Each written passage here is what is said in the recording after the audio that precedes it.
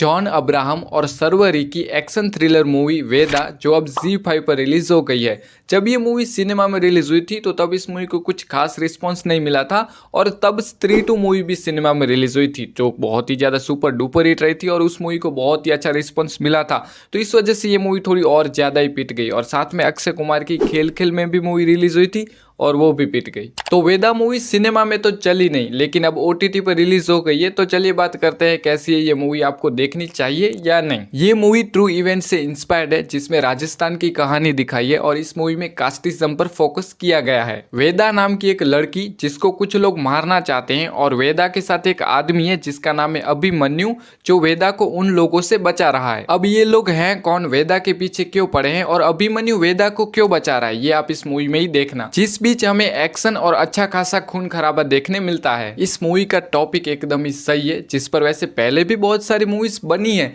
लेकिन सबका इस चीज को प्रेजेंट करने का तरीका अलग अलग है। मूवी में परफॉर्मेंस की बात करें तो सबका अच्छा है, कोई भी प्रॉब्लम नहीं है, लेकिन इस मूवी का रन टाइम 2 घंटा और 30 मिनट का है यानी कि 2.5 घंटा। तो इसमें कुछ ऐसे सीन्स हैं जो थोड़े से स्लो लगते हैं इसके रन टाइम की वजह से। तो मतलब कुछ ऐसे सीन्स हैं जिनको थोड़ा सा और छोटा किया जा सकता था और मूवी की लेंथ को कम किया जा सकता था।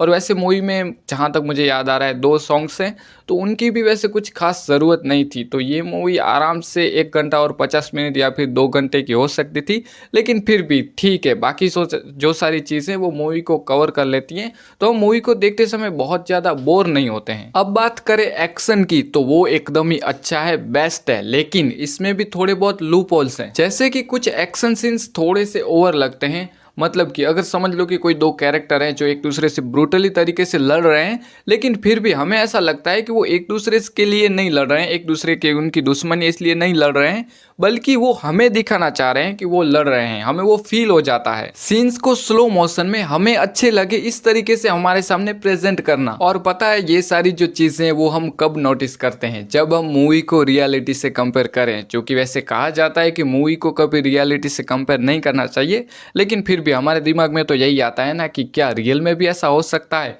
तो इस मूवी के अंदर कुछ ऐसे सीन है जहाँ पर आपको जवाब मिलेगा कि नहीं यार, रियलिटी में तो ऐसा बिल्कुल भी नहीं होता है। तो अगर हम मूवी और रियलिटी की बात करें तो एक और चलो सीन की बात करता हूँ।